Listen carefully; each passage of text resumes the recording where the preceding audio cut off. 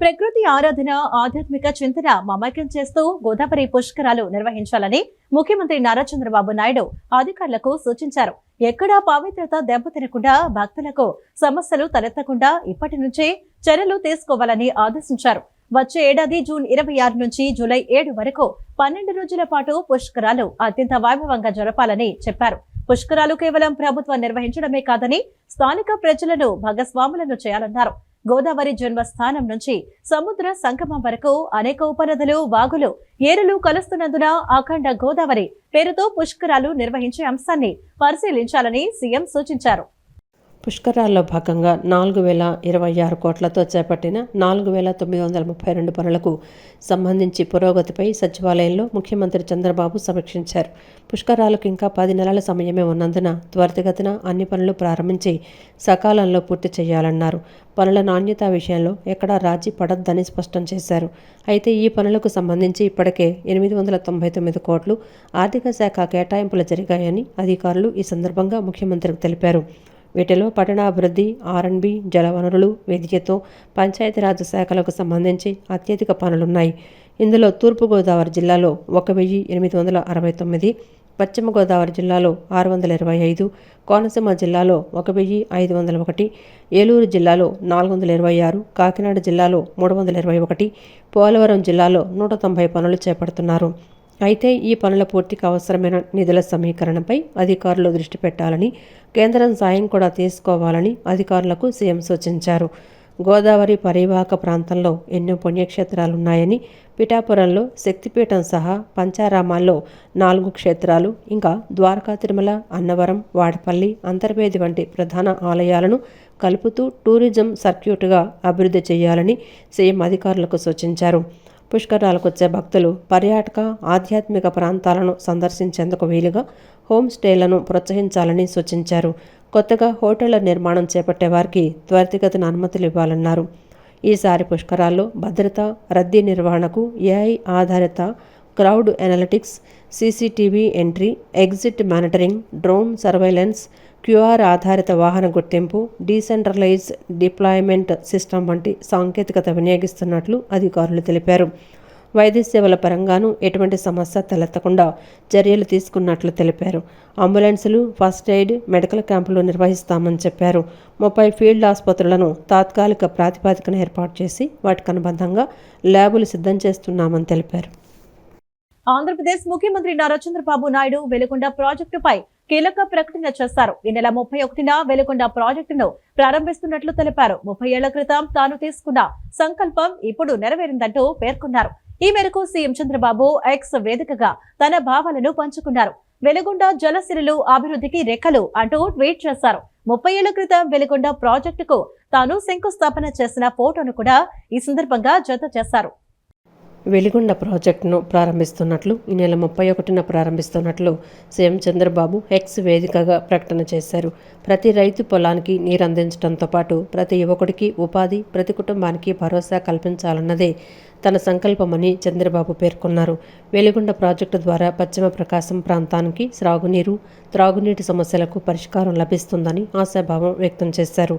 అలాగే పశ్చిమ ప్రకాశం జిల్లా ప్రజలకు ఇంటింటికి కుళాయి ద్వారా త్రాగునీరు అందించి ఫ్లోరైడ్ సమస్యకు శాశ్వత పరిష్కారం చూపిస్తామని సీఎం తెలిపారు. వెలిగొండ ప్రాజెక్టు ప్రారంభంతో ఈ ప్రాంత అభివృద్ధికి మరింత ఊతం లభిస్తుందని సీఎం చంద్రబాబు పేర్కొన్నారు. సుదీర్ఘ తీర ప్రాంతాలకు సహజ రక్షణ కవచం కోసం చేపట్టిన గ్రేట్ గ్రీన్ వాల్ ప్రాజెక్టులో భాగంగా తాటి వనాలు పెంచే ప్రక్రియ మొదలైందని ఉప ముఖ్యమంత్రి పవన్ కళ్యాణ్ వెల్లడించారు. రాష్ట్ర వ్యాప్తంగా తీర ప్రాంతం వెంబడి 5499 హెక్టార్ల పరిధిలో 55 లక్షల తాటి గింజలను నాటుతున్నట్లు చెప్పారు. అటవీ శాఖ ఆధ్వర్యంలో పంచాయతీరాజ్, రెవెన్యూ శాఖలో విద్యార్థులు, ప్రజల భాగస్వామ్యంతో 1,65,000 తాటి గింజలు నాటినట్లు తెలిపారు. ప్రకృతి విపత్తుల సమయంలో తాటి వనాలు తీర ప్రాంత గ్రామాలకు తీవ్ర గాలుల నుంచి రక్షణ కల్పిస్తాయని డిప్యూటీ సీఎం పవన్ కళ్యాణ్ అన్నారు. రాష్ట్ర వ్యాప్తంగా తీర ప్రాంతం వెంబడి 5,499 హెక్టార్ల పరిధిలో 55 లక్షల తాటి గింజలను నాటుతున్నట్లు చెప్పారు. అటవీ శాఖ ఆధ్వర్యంలో పంచాయతీరాజ్, రెవెన్యూ శాఖలు, విద్యార్థులు, ప్రజల భాగస్వామ్యంతో 1,65,000 తాటి గింజలు నాటినట్లు తెలిపారు. బలమైన సముద్ర గాలులకు సహజ నిరోధక వ్యవస్థగా తాటి చెట్లు పనిచేస్తాయన్నారు. తాటి వేర్లు నేలను గట్టిగా పట్టి ఉంచడం వల్ల తీర ప్రాంతాల్లో కోత నిరోధక వ్యవస్థగా కూడా ఉంటుందని వివరించారు. గ్రేట్ గ్రీన్ వాల్ ప్రణాళికల్లో మొదటి అంచె మడ అడవులకు, రెండవ అంచె తాటి వనాలకు ప్రాధాన్యతనిచ్చినట్లు పవన్ తెలిపారు. తాటి గింజల సేకరణ, నాటడం, తాటి మొక్కల పెంపకం వంటి అంశాల్లో రాష్ట్ర అటవీ శాఖకు ప్రజలంతా సహకరించాలని ఈ సందర్భంగా రాష్ట్ర ఉప ముఖ్యమంత్రి వర్యులు పిలుపునిచ్చారు. మొలకెత్తే తాటి మొక్కల స్వీయ సంరక్షణ చర్యలు చేపట్టాలని, మొలకెత్తిన మొక్కలపైకి పశువులను తోలటం వంటి చర్యలకు దూరంగా ఉండాలని సూచించారు. విలువైన సహజ సంపదను కాపాడుకునే చర్యల్లో అటవీ శాఖ క్షేత్రస్థాయి సిబ్బందికి సహకరించాలని కోరారు.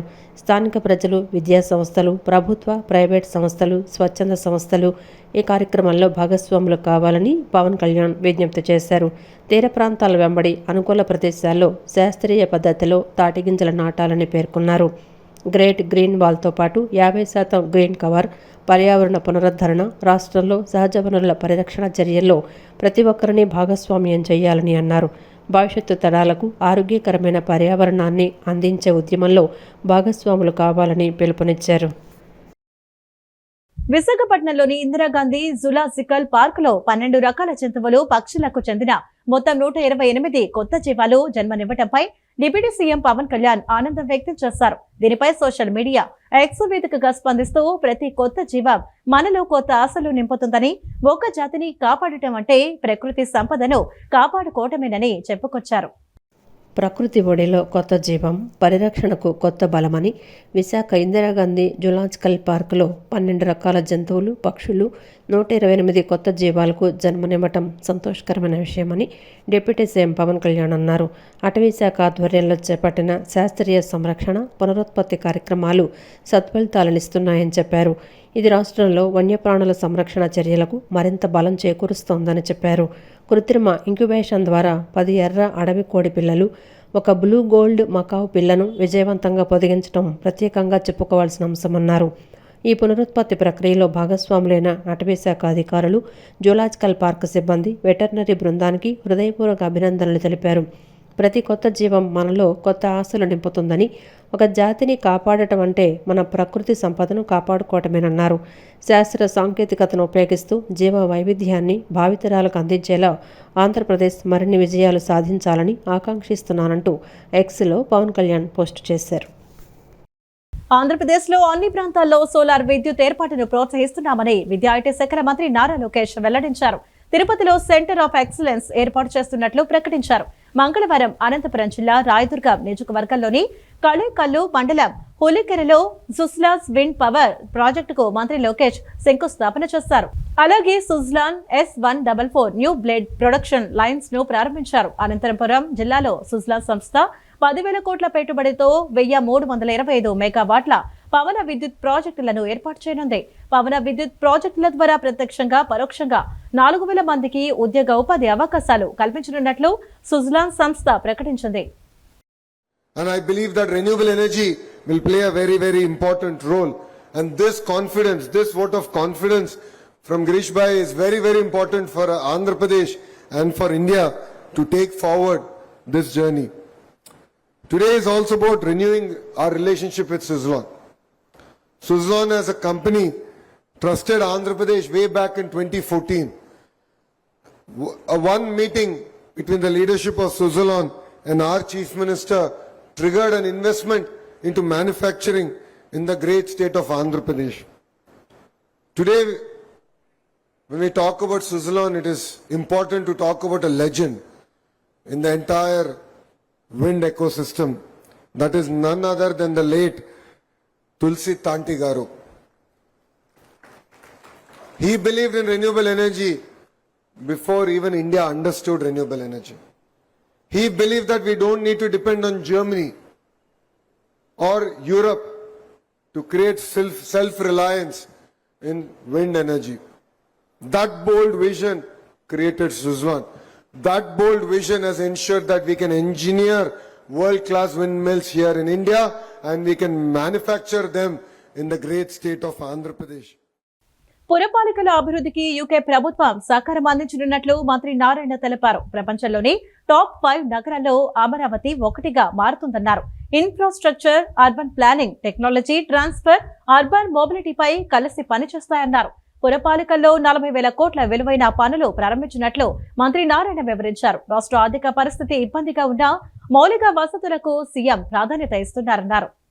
పట్టణాభివృద్ధి, మౌలిక సదుపాయాల రంగాల్లో దీర్ఘకాలిక సహకారం కోసం ఆంధ్రప్రదేశ్ ప్రభుత్వం, యునైటెడ్ కింగ్డమ్ ప్రభుత్వం మధ్య అవగాహన ఒప్పందం అమరావతిలో కుదిరింది. నేడు వెలగపూడిలోని సచివాలయంలో జరిగిన కార్యక్రమంలో పురపాలక పరిపాలన, పట్టణాభివృద్ధి శాఖ ముఖ్య కార్యదర్శి సురేష్ కుమార్, యూకే ప్రభుత్వ department for business and trade government partnerships deputy director Chaj Walia ఒప్పందంపై సంతకాలు చేశారు. పురపాలక పరిపాలన, పట్టణాభివృద్ధి శాఖ మంత్రి పి నారాయణ నాయకత్వంలో ఏపీ ప్రతినిధి బృందం, యూకే ప్రతినిధి బృందం కార్యక్రమంలో పాల్గొన్నాయి. ఈ భాగస్వామ్యంలో అమరావతి కీలక సహకార రంగంగా నిలవనుంది. ఆధునిక, సుస్థిర, పర్యావరణ హిత, మెరుగైన కనెక్టివిటీతో ప్రపంచ ప్రమాణాలకు అనుగుణమైన రాజధానిగా అమరావతిని అభివృద్ధి చేయాలన్న రాష్ట్ర ప్రభుత్వ లక్ష్యానికి యూకే నైపుణ్యం, సాంకేతిక పరిజ్ఞానం మరింత బలం చేకూర్చనుంది. అమరావతితో పాటు రాష్ట్రంలోని 123 మున్సిపాలిటీలు, మున్సిపల్ కార్పొరేషన్లలో మౌలిక సదుపాయాల అభివృద్ధికి కూడా ఈ సహకారం ఉపయోగపడనుంది. రోడ్లు, డ్రైనేజీ, త్రాగునీరు, solid waste management, liquid waste management తదితర ప్రాథమిక మౌలిక వసతులను మరింత సమర్థవంతంగా అభివృద్ధి చేయడంపై రాష్ట్ర ప్రభుత్వం దృష్టి సారిస్తోంది. రాష్ట్ర వ్యాప్తంగా కేంద్ర రాష్ట్ర ప్రభుత్వాల సహకారంతో దాదాపు 40,000 కోట్ల విలువైన మౌలిక వసతుల పనులను టేకప్ చేసి అనేక పనులకు టెండర్లు పిలిచి అమలు చేస్తున్నామని మంత్రి పి నారాయణ తెలిపారు. ఈ పనుల్లో యూకేకి చెందిన ఆధునిక సాంకేతిక పరిజ్ఞానం, ఉత్తమ విధానాలను వినియోగించడం ద్వారా మరింత మెరుగైన ఫలితాలు సాధించే అవకాశం ఉందన్నారు. సమాజంలో క్రిమినల్ అంటే భయపడతామని, క్రిమినల్ చేసే పనులు సమాజానికి హానికరమని మంత్రి అచ్చెన్నాయుడు అన్నారు. అటువంటి క్రిమినల్ రాజకీయ పార్టీ పెట్టి రాజకీయాలు చేస్తే ఎలా ఉంటుందనేది ఏపీలో చూస్తున్నామని తెలిపారు. క్రిమినల్ చేసిన తప్పులు వేరే వారిపై పెట్టి వారు బాధితులుగా మారే విధంగా చేస్తారని మండిపడ్డారు. 2004లో తండ్రి అధికారాన్ని అడ్డం పెట్టుకుని జగన్ ఎంతమందిని జైలుకు పంపించారో అందరికీ తెలుసన్నారు. 2019లో మాయ మాటలు చెప్పి అధికారంలోకి వచ్చి ప్రకృతి వనరులను దోచుకున్నారని ఆరోపించారు. బలహీన వర్గాలను అడ్డం పెట్టుకుని మెడ మీద కత్తిపెట్టి మరీ వేధింపులకు గురి చేశారని మంత్రి అచ్చెన్నాయుడు విమర్శించారు. గొడ్డలి పార్టీ అధినేత ఆర్థికంగా బలపడ్డారని, బలహీన వర్గాలను బాధితులను చేశారని ఆరోపించారు. 2019 నుంచి 2024 వరకు ఏం చేశారని ప్రశ్నించారు. కేంద్ర ప్రభుత్వంలోని ఈడీ కారుమూరి నాగేశ్వరరావును అరెస్టు చేసిందన్నారు. జోగి రమేష్, నీ కుటుంబ వ్యవహారంతో చంద్రబాబు, లోకేష్కు ఏంటి సంబంధం? మీలాంటి నీచ చరిత్ర చంద్రబాబుకు, లోకేష్కు లేదు, ముందు తెలుసుకోండి అంటూ వ్యాఖ్యానించారు. 2014 నుంచి 2019 వరకు బీసీలకు స్వర్ణయుగమని మంత్రి అచ్చెన్నాయుడు పేర్కొన్నారు. లక్షల కోట్ల రూపాయలు అవినీతి చేశారని చెప్పి ఆరోపణలు ఎదుర్కొంటున్నటువంటి గొడ్డల పార్టీ అధ్యక్షుడు ఆ రోజు కూడా నీ అవినీతి దాహం గురించి ఎంతమందిని బలి తీసుకున్నావు? ఐఏఎస్ ఆఫీసర్ని బలి తీసుకున్నావు, మంచి రెప్యుటేషన్ ఉన్నటువంటి పారిశ్రామికవేత్తల్ని బలి తీసుకున్నావు, సామాన్యులను కూడా జైలుకి పంపించి ఏ విధంగా నువ్వు అవినీతికి పాల్పడ్డావో ఒక్కసారి గతాన్ని కూడా రాష్ట్ర ప్రజలు గుర్తు చేసుకోవాలని చెప్పి తెలియజేస్తున్నాను. తరువాత మాయమాటలు చెప్పి, ఆచరణ కానివైనటువంటి మాటలు చెప్పి ప్రజలకి తప్పుదోవ పట్టించి 2019లో అధికారంలోకి వచ్చావు, ముఖ్యమంత్రి అయ్యావు. ముఖ్యమంత్రి పదవిని అడ్డం పెట్టుకొని ఏ విధంగా దోపిడీ చేశావో మనం మాట్లాడుకోవాల్సినటువంటి అవసరం లేదు. ఆంధ్రప్రదేశ్ రాష్ట్రంలో ఉన్నటువంటి ప్రకృతి వనరులన్నీ కూడా అధికారాన్ని అడ్డం పెట్టుకోవడమే కాదు, అమాయకులైనటువంటి బలహీన వర్గాల మెడ మీద కత్తి పెట్టి ఈరోజు నువ్వు అవినీతి చేసిన విషయాన్ని ఒకసారి గుర్తుపెట్టుకోవాలి. నువ్వు చేసినటువంటి అవినీతి ఒక్కొక్కటి ఈరోజు భయపడుతుంది.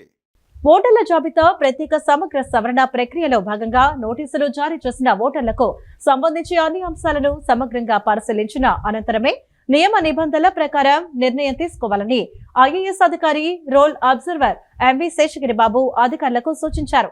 ఎక్కడా ఎలాంటి పొరపాట్లకు తావ లేకుండా అత్యంత పారదర్శకత, జవాబుదారీతనంతో ప్రక్రియలో భాగస్వాములయ్యేలా బిఎల్ఓలు క్షేత్రస్థాయి అధికారులకు దిశానిర్దేశం చేశారు. అర్హులైన ప్రతి ఓటరు ఓటు హక్కును పరిరక్షించడమే ప్రక్రియ లక్ష్యంగా విధులు నిర్వర్తించాలని స్పష్టం చేశారు. ఓటర్ల జాబితా ప్రత్యేక సమగ్ర సవరణ సర్ ప్రక్రియలో భాగంగా నోటీసులు జారీ చేసిన ఓటర్లకు సంబంధించి విచారణ ప్రక్రియను అధికారులు పారదర్శకంగా, నిష్పక్షపాతంగా నిర్వహించేందుకు అధికారులు కృషి చేస్తున్నారు. నోటీసుల్లో పేర్కొన్న అంశాలను సంబంధిత ఓటర్లకు వివరించి వారి వివరణను పూర్తిగా విని అవసరమైన ఆధారాలు, పత్రాలను పరిశీలిస్తున్నారు. అలాగే క్షేత్రస్థాయి సిబ్బంది నిర్వహించిన పరిశీలన, సమర్పించిన నివేదికలను పరిగణలోకి తీసుకొని వాస్తవాలను నిర్ధారించిన అనంతరం నిబంధనల ప్రకారం నిర్ణయం తీసుకుంటున్నారు. విజయవాడ తూర్పు నియోజకవర్గంలో అయ్యప్ప నగర్, మధ్య నియోజకవర్గంలో అజిత్ సింగ్ నగర్లోని ఏఈఆర్ఓ కార్యాలయాల్లో ఐఏఎస్ అధికారి role observer MV Seshagiri Babu, Vijayawada నగరపాలక సంస్థ కమిషనర్ ధ్యానచంద్ర హెచ్ఎంతో కలిసి పర్యటించారు. సర్ నోటీసులపై జరుగుతున్న విచారణ ప్రక్రియను పరిశీలించారు. హియరింగ్ సమయంలో నోటీసులో పేర్కొన్న అంశాలపై వారి వివరణను పూర్తిగా వింటున్న తీరును పరిశీలించారు. ఓటర్లు సంబంధిత చిరునామాలో నివసిస్తున్నారా, రికార్డుల్లో ఏవైనా పొరపాట్లున్నాయా, అవసరమైన ఆధారాలు, పత్రాలు సమర్పిస్తున్నారా, అలాగే బిఎల్ఓలు అధికారుల ఫీల్డ్ వెరిఫికేషన్ నివేదికలను పరిగణలోకి తీసుకుంటున్న విధానాన్ని సమీక్షించారు. గర్భిణీలు, మంచానికే పరిమితమైన వారు, ఆరోగ్య పరిస్థితుల కారణంగా విచారణకు హాజరు కాలేని ఓటర్లు, ఇతర రాష్ట్రాలు లేదా దేశాల్లో ఉన్న ఓటర్లు తదితర కేసుల్లో సంబంధిత వ్యక్తుల వాస్తవ పరిస్థితులను నిర్ధారించేందుకు అధికారులు చేపడుతున్న చర్యల గురించి అడిగారు. ఇప్పటి వరకు 1,95,348 నోటీసుల పంపిణీ జరగగా వీటిలో 75,471 మందికి విచారణ నిర్వహించడం జరిగిందన్నారు. 58,895 మందికి విచారణ షెడ్యూల్ గడువు ముగియగా విచారణ కోసం రీషెడ్యూల్ చేయటం జరుగుతోందన్నారు. కార్యక్రమంలో విజయవాడ ఆర్డీఓ వెన్నెల శ్రీను, ఈఆర్ఓలు, ఏఈఆర్ఓలు, బిఎల్ఓలు పాల్గొన్నారు. బీసీనే తమ వెన్నెముక అంటూ పదే పదే చెప్పుకునే తెలుగుదేశం వారి వెన్నెముక విరుస్తుందని జాతీయ బీసీ సంక్షేమ సంఘం రాష్ట్ర అధ్యక్షుడు బోనుదుర్గా నరేష్ అన్నారు. బీసీ నేతలు టార్గెట్ గా చేసుకుని కూటమి ప్రభుత్వం కక్ష సాధింపు చర్యలకు పాల్పడుతోందని ఆయన ఆరోపించారు. కూటమి పాలనకు చరమగీతం పాడే రోజు దగ్గరలోనే ఉందని ఆయన వ్యాఖ్యానించారు. వెటర్నరీ కాలనీలోని జాతీయ బీసీ సంక్షేమ సంఘం కార్యాలయంలో ఏర్పాటు చేసిన విలేకరుల సమావేశంలో సంఘం రాష్ట్ర అధ్యక్షుడు బోనుదుర్గా నరేష్ మాట్లాడుతూ బీసీలకు ఇచ్చిన హామీలను అమలు చేసేందుకు కూటమి ప్రభుత్వం ఆపసోపాలు పడుతోందన్నారు. బీసీలే తమ వెన్నెముకంటూ ఊతరగొట్టే టీడీపీ బలమైన బీసీ నేత కారుమూరు నాగేశ్వరరావుపై అక్రమ కేసులు నమోదు చేయడం దుర్మార్గమన్నారు. జగన్ హయాంలో వచ్చిన మద్యం పాలసీలో అవకతవకలు, లోపాలు ఉన్నట్లు సిట్ ఎక్కడా పేర్కొలేదని అన్నారు. కేవలం 8 లక్షల రూపాయల లావాదేవీలు జరిగినట్లు గుర్తించిందని, దానిపై కూటమి దుష్ప్రచారం చేస్తోందన్నారు. బీసీలను లక్ష్యంగా చేసుకుని బలమైన నాయకులను అక్రమ అరెస్టులు చేయటం దారుణమన్నారు. కూటమి పాలనకు చరమగీతం పాడే రోజులు దగ్గరలోనే ఉన్నాయని దుర్గా నరేష్ వ్యాఖ్యానించారు. విలేకరుల సమావేశంలో పాల్గొన్న పారిశ్రామికవేత్త కోగంటి సత్యం మాట్లాడుతూ బీసీల పట్ల కూటమి ప్రభుత్వం అనుసరిస్తున్న తీరు పట్ల వారంతా అసంతృప్తితో ఉన్నారన్నారు. ఉద్దేశపూర్వకంగానే మాజీ మంత్రి కారుమూరి నాగేశ్వరరావుపై అక్రమ కేసులు బనాయించి వేధిస్తున్నారన్నారు. బీసీలకు ఒకవైపు పెద్దపీట వేస్తూనే వారిపై కక్ష సాధింపులకు పాల్పడుతున్నారని విమర్శించారు. 543 మంది పార్లమెంటు సభ్యుల్లో 340 మందిపై కేసులున్నాయన్నారు. బీసీలపై కక్ష సాధింపు ఆపకపోతే మళ్లీ అధికారంలోకి రాలేరని ఆయన స్పష్టం చేశారు. అనంతరం ఏలూరుకు చెందిన మాజీ కార్పొరేటర్, జాతీయ బీసీ సంక్షేమ సంఘం మహిళా అధ్యక్షురాలు హేమా సురేష్ మాట్లాడుతూ ఏ పార్టీ అధికారంలోకి వచ్చినా బీసీలను ఓటు బ్యాంకుగా చూస్తున్నారు తప్ప వారి సంక్షేమాన్ని విస్మరించారని విమర్శించారు. అన్ని పార్టీల్లో అగ్రకుల ఆధిపత్యం కొనసాగుతోందని, ప్రస్తుతం కొనసాగుతున్న జంజీ తరాన్ని చూసి బుద్ధి తెచ్చుకోవాలని ఆమె పేర్కొన్నారు. కారుమూరి నాగేశ్వరరావు అరెస్టును వ్యక్తిగతంగా ఖండిస్తున్నామన్నారు. విలేకరుల సమావేశంలో పలువురు జాతీయ బీసీ సంక్షేమ సంఘం ప్రతినిధులు పాల్గొన్నారు. బీసీ నాయకులు అనేవాళ్ళు ఇక రాజకీయం చేయకూడదని, బీసీ నాయకులు అనేవాళ్ళు వ్యాపారాలు చేయకూడదని, బీసీ నాయకులకు ఎటువంటి అసలు ఒక లాభం చేకూర్చే దాంట్లో కూడా ఎక్కడ బీసీలు కనపడకూడదని ఈ కూటమి ప్రభుత్వం ముఖ్య ఆలోచనగా ఉంది. దీంట్లో భాగంగానే మేము గతంలో చెప్పాం కారుమూరి నాగేశ్వర గారి ఫ్యామిలీ గురించి. ఎంత దుర్మార్గంగా కొడుకుని అరెస్ట్ చేశారు, బెయిల్ రానివ్వకుండా చేస్తూ ఉన్నారు. అదే ప్రకారంగా నిన్న కారుమూరి నాగేశ్వర గారిని కూడా అరెస్ట్ చేశారు. ఇందులో అత్యంత బాధాకరమైన విషయం ఏంటంటే కారుమూరి నాగేశ్వర గారి మీద సిట్టు కానీ అలాగే ప్రత్యేకంగా మన కూటమి ప్రభుత్వం వేసిన వేరే కూటమి కానీ మొత్తం కలిపి ఈడీ కానీ తేల్చింది ఎంతయ్యా అంటే 15,000 కోట్లు. ఈ విధమైన కక్ష సాధింపు చర్యలు ఉంటే చాలా కష్టం. నెక్స్ట్ మళ్ళీ కూటమి రావడం. అందుకని ఈ కక్ష సాధింపు చర్యలు మానుకోవాలి. ఎందుకంటే బీసీలకి పెద్దపేట వేసాం, బీసీలకి పెద్దపేట వేసాం అంటున్నారు. చాలా సంతోషం. చంద్రబాబు నాయుడు గారు మీకు ధన్యవాదాలు, పవన్ కళ్యాణ్ గారు మీకు ధన్యవాదాలు, లోకేష్ గారు మీకు ధన్యవాదాలు. బీసీలకి పెద్దపేట వేశారు కాబట్టి. కానీ అదే బీసీలని ఇలా హెరాస్మెంట్ చేస్తున్నారంటే కొంచెం ఆలోచించాల్సిన అవసరం ఉంది మీరు కూడా. ఎందుకంటే కక్ష సాధింపు చర్య కాదు కావాల్సింది, ప్రజా సంక్షేమం, ప్రజల క్షేమం, ప్రజాక్షేమం కోసం, ప్రజా సంక్షేమం కోసం వచ్చారు మీరు. ఇంకా ఇప్పుడు ఈ దోసేసే ఎమ్మెల్యేలు ఎంపీలు చాలక ఇంకా ఎంపీలు 1000 అవ్వాలంట, ఎమ్మెల్యేలు 10,000 మంది అవ్వాలంట. ఇప్పుడు 6,000 మంది ఉన్నారు. సమాజ పురోభివృద్ధికి ఎంతగానో దోహదం చేసే సాహిత్య కళా రంగాలను ప్రభుత్వం పట్టించుకోకపోవటం దారుణమని ఆంధ్రప్రదేశ్ ప్రజానాట్య మండలి రాష్ట్ర అధ్యక్షులు చంద్రనాయక్ విమర్శించారు. సాహిత్యం, కళారంగం సమాజాన్ని, ఉత్తేజాన్ని, వినోదాన్ని, విజ్ఞానాన్ని, చైతన్యాన్ని కలిగించే ఆయుధాలని, వాటిని విస్మరిస్తున్న ప్రభుత్వ విధానాన్ని ప్రతి ఒక్కరూ ఖండించాలన్నారు. కనీసం ఇప్పటికైనా కళాకారుల అవసరం ఉందని గుర్తించి వృద్ధ కళాకారులకు 10,000 రూపాయల పెన్షన్, కళారంగానికి 500 కోట్ల రూపాయలు బడ్జెట్ కేటాయించి కళాకారుల సంక్షేమానికి వినియోగించాలని డిమాండ్ చేశారు. విజయవాడ లెనిన్ సెంటర్లో ఆంధ్రప్రదేశ్ ప్రజానాట్య మండలి, అభ్యుదయ రచయితల సంఘం సంయుక్తంగా నిరసన కార్యక్రమాన్ని నిర్వహించారు. ప్రముఖ కళాకారులు బొబ్బెళ్లపాటి సాయి, ప్రజానాట్య మండలి రాష్ట్ర నాయకులు పిచ్చయ్య, లంకా దుర్గారావు, నజీర్, దోనెపూడి సూర్యబాబు, కేవి భాస్కర్ రావు, అభ్యుదయ రచయితల సంఘం ఎన్టీఆర్ జిల్లా కార్యదర్శి పరచూరి అజయ్ తదితర కళాకారులు కార్యక్రమంలో పాల్గొన్నారు. ఈ సందర్భంగా చంద్రనాయక్ మాట్లాడుతూ ఎన్నో గొప్పలు చెప్పుకుంటున్న చంద్రబాబు నాయుడు ప్రభుత్వం కళారంగాన్ని పూర్తిగా విస్మరించిందని, వివిధ కళారంగ నిపుణులు ఆదరణ లేక, ఉపాధి అవకాశాలు దొరక్క కళాకారులు అల్లాడిపోతున్నారని అన్నారు.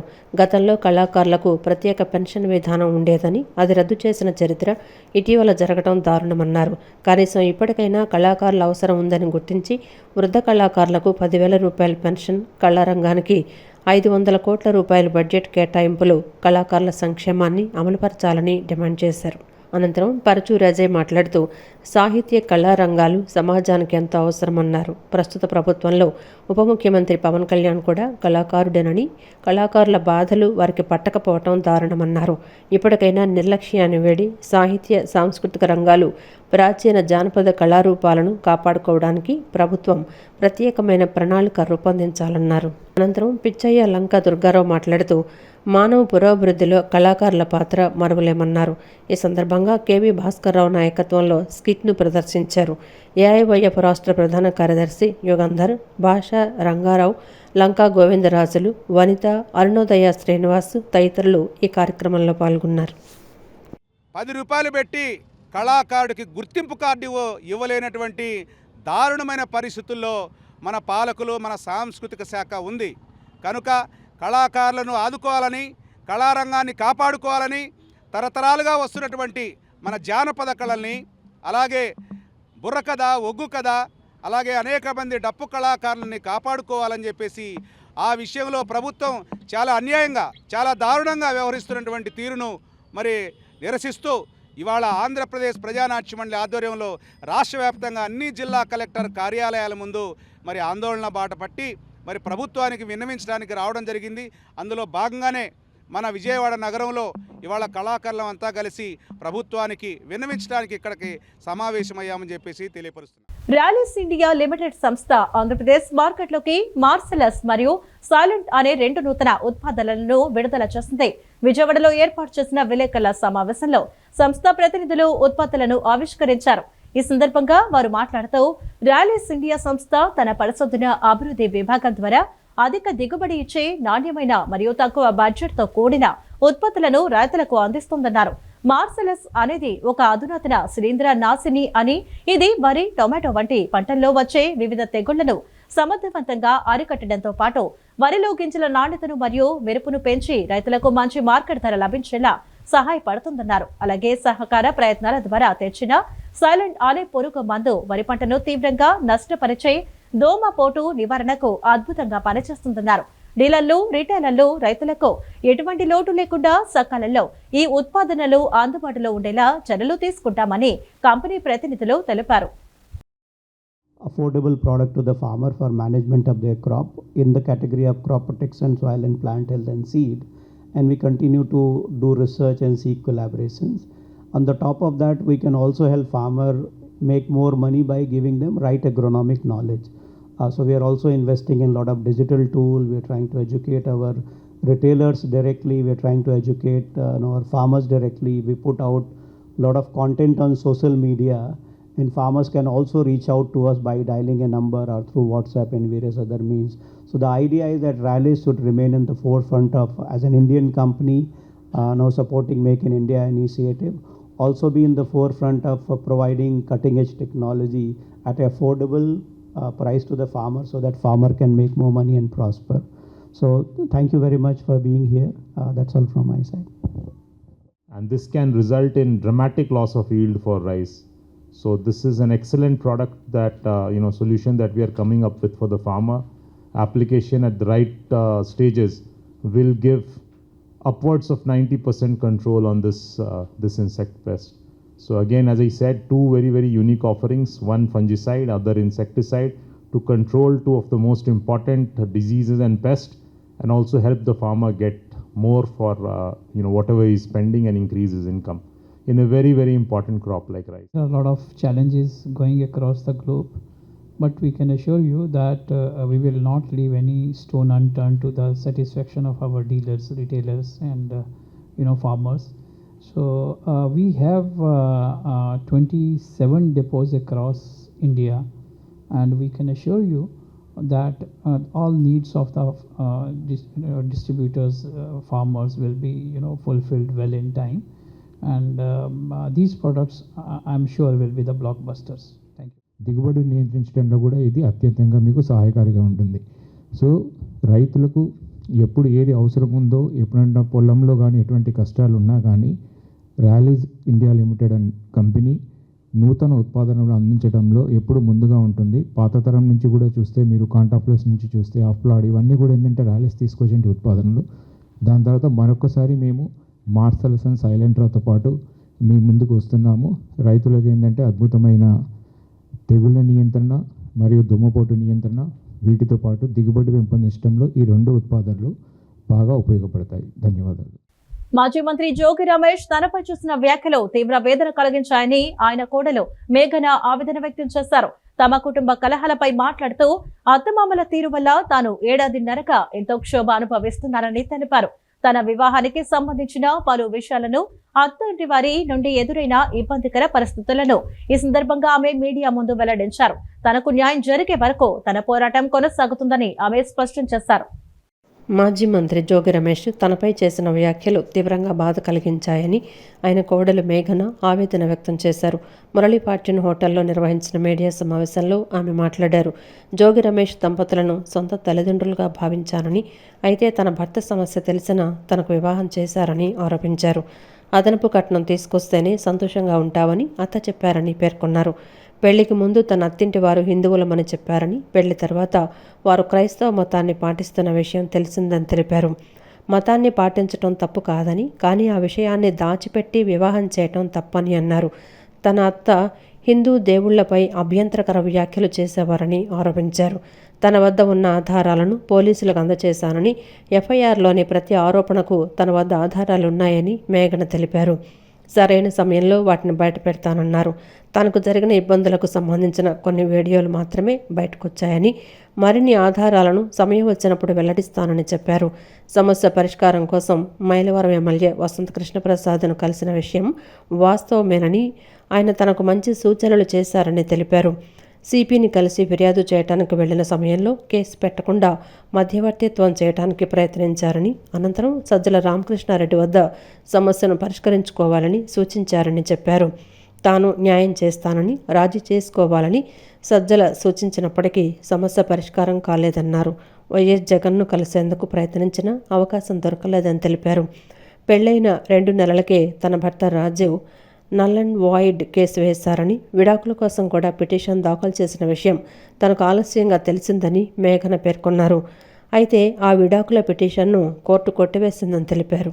కుమారుడికి చికిత్స చేయించాల్సి ఉందని చెప్పి తనను పుట్టింటికి పంపించారని, ఆ తర్వాత అత్తింటికి చుట్టపు చూపుగా మాత్రమే వెళ్లేదాన్నని వివరించారు. తన తప్పు లేకపోయినా ఏడాదిన్నరగా మానసిక క్షోభ అనుభవిస్తున్నామని, తనకు న్యాయం జరిగే వరకు పోరాటం కొనసాగిస్తానని మేఘన స్పష్టం చేశారు. అది ఎన్నో రోజులు నేను నిద్రలేని రాత్రులు గడిపాను. ఎన్నో ఆశలతో నేను పెళ్లి చేసుకొని ఇట్లా అవుతే ఎందుకు ఇట్లా అయింది, అసలు నాకెందుకు ఇట్లా అయింది అని చెప్పి నన్ను నేనే క్వశ్చన్ చేసుకొని ఎన్నో నిద్రలేని రాత్రులు కూడా నేను గడపడం జరిగింది. సో అంటే నేను ఏం చెప్దాం అనుకుంటున్నా అంటే, మరి నా తప్పేం లేకుండా నేను నా కుటుంబం 1.5 year నుంచి ఎంతో మానసిక క్షోభగా పడ్డాము. లోపల ఎవరికి చెప్పుకోలేక అతను పెట్టిన ఇబ్బందులన్నీ కూడా, హింసని కూడా తట్టుకొని ఇక్కడ ధైర్యంగా మీ ముందు నిలబడ్డాను ఈరోజు. బట్ నిన్న ఆయన చెప్పిన విషయం ఏంటంటే, అంటే మీరు మీడియా వారందరూ కూడా మీరు ఏది కూడా తప్పుగా ఏమీ ప్రచారం చేయలేదు. నేను ఎఫ్ఐఆర్లో ఏదైతే పెట్టానో దాన్నే మీరు తెలియజేయడానికి ప్రయత్నించారు. అంటే అతని జోగి రమేష్ గారి తప్పుల్ని బయట పెడితేనే, అతను చేసిన నాకు పెట్టిన ప్రాబ్లమ్స్ని బయట పెడితేనే, అతను అంత మానసిక క్షోభకి గురైతే అనుభవించిన, ఏ తప్పు లేకుండా ఆ శిక్షలన్నీ అనుభవించిన నాకు ఎంత మానసిక క్షోభ ఉండాలి.